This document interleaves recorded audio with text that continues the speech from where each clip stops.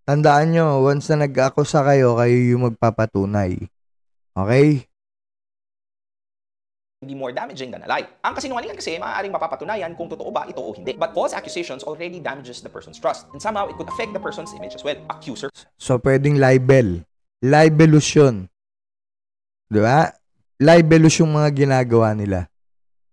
Okay? Tuloy nyo lang yung panlalibel. man o accused. Remember that it's better to be cautious and avoid making false accusations than to be reckless and ruin someone else's reputation. Number 2, a Ano? heart full of hate has no room for love. Noong A heart full of hate has no room for love. So, sobrang galit mo sa akin. Kaya ganyan yung mga pinagsasabi mo. Hindi kita kilala, pero alam ko kilalang kilala mo kung bakit ganyan ka magsalita. Sobrang galit mo sa akin. 'Di ba? Tanggalin mo yung galit at saka inggit sa katawan mo. Tuloy. ako kung bakit may mga taong nabubuhay sa paghila ng tao pababa. Para bang Yun, no? Ganun. Ganun lang kasama. Narinig mo yun. Ha? heart full of hate has no room for love. Noong nagtataka ako kung bakit may mga taong nabubuhay May mga taong nabubuhay sa paghila sa mga tao ng pababa. Ha? Kitang-kita ko anong ginagawa mo. 'Di ba? Hindi to troll na ano eh. Hindi to troll na yung sa vlog. Feeling ko ano to eh, yung totoong tao to na may galit na gumagamit ng iba account. Kasi nakakadalawa na to simula nung nagkaroon akong problema tungkol sa mga hearing nung September hanggang ngayon. Kita mo yan pa rin yung issue. 'Di ba? Paninira tungkol sa akin, sa personalidad ko. Puro ganun yung ano. Hindi tungkol sa vlog. Hindi tungkol sa vlog eh. 'Di ba? So, ibig sabihin, personal. Kilala ko na itong personal. So, malalaman natin kung sino to. 'Di ba? sa paghila ng tao pababa. Para bang sumasaya sila or kumukumpleto ang buhay nila kung meron silang nasasaktan o nasisira. If you hate somebody, you're not hurting the person you hate, you're just hurting yourself. Kaya magandang pag-isipan mong mabuti ang mga Pabayaan mo sila. Gusto nila saktan yung sarili nila. sabi mo. Dahil hindi mo alam, baka ikaw na pala ang nalalason sa sarili mong nararamdaman. Number 3, not everything in life is worth a fight, but there are just some things that are worth fighting for. May mga tao Yes. Tama uli yun. Number 3, not everything in life is worth a fight, but there are just some things that are worth fighting for. Siyempre. Merong mga bagay na, ang tawag doon, kailangan ipaglaban. 'Di ba? Merong mga bagay na hindi mo na kailangan ipaglaban. Pero may mga bagay, ito pala yun. Hindi lahat ng bagay dapat paglaban natin. Pero may mga bagay na dapat or worth na dapat natin ipaglaban. Tulad ng yung karangalan natin, yung dignidad natin, yung pagkatao natin. 'Di ba? Pero kung halimbawa mga maliliit-liit lang na pambubuli o walang kwenta po yan. Hindi nyo na kailangan labanan yan. Pero kung iba na yung sinisira sa'yo, pati pamilya mo na dinadamay, ibang usapan na po yun. Tama? May mga tao sigurong mas pipiliin na wag lang sagutin yung mga paratang na sinabi kina Kong TV at B. Cortez. While I am an advocate of choosing your battles wisely, naniniwala ako na dapat alam mo kung kailan ka dapat magsasalita para sa sarili mo at sa pamilya mo. Remember that there are times that your silence won't protect you. So, there are just specific times that you need to stand up for yourself. Real talk. Accusing someone wrongly can be worse than lying because it harms their reputation and makes our message less powerful. Similarly, a heart filled with hate cannot embrace love. Highlighting Sana naririnig mo to. At yung puso mo ay mahawakan. the need for forgiveness and compassion to counter bitterness. Sa buhay, not everything is worth a fight, but there are some things that are worth standing up for. Ako yung mapagpatawad na tao naman. Underscoring of choosing your battles wisely, holding on to our principles, and protecting what truly matters. Ayun. Maraming salamat. In life, not everything is worth a fight. Some things are worth standing up for. Underscoring the importance of choosing our battles wisely. Holding on to our principles and protecting what truly matters. Okay? Sana kung napapanood mo to, mabuksan yung puso't utak mo. 'Di ba? Pero kung ayaw mo talaga, wala akong magagawa. Ikaw yun eh. Hindi naman natin mapiplease lahat. 'Di ba? Dito sa social media, natuto na ako maging matigas pagdating sa mga content na tumitira sa akin. Pero once na personal attack na, kasi dapat issue hindi tao, 'di ba? Kaya minsan nawawalan akong gana sa ibang content creator kasi nakikita ko na yung atake nila personalan na, ano tayo doon, hands off tayo doon. Bahala sila mag tao sa tao, bahala sila magpersonalan.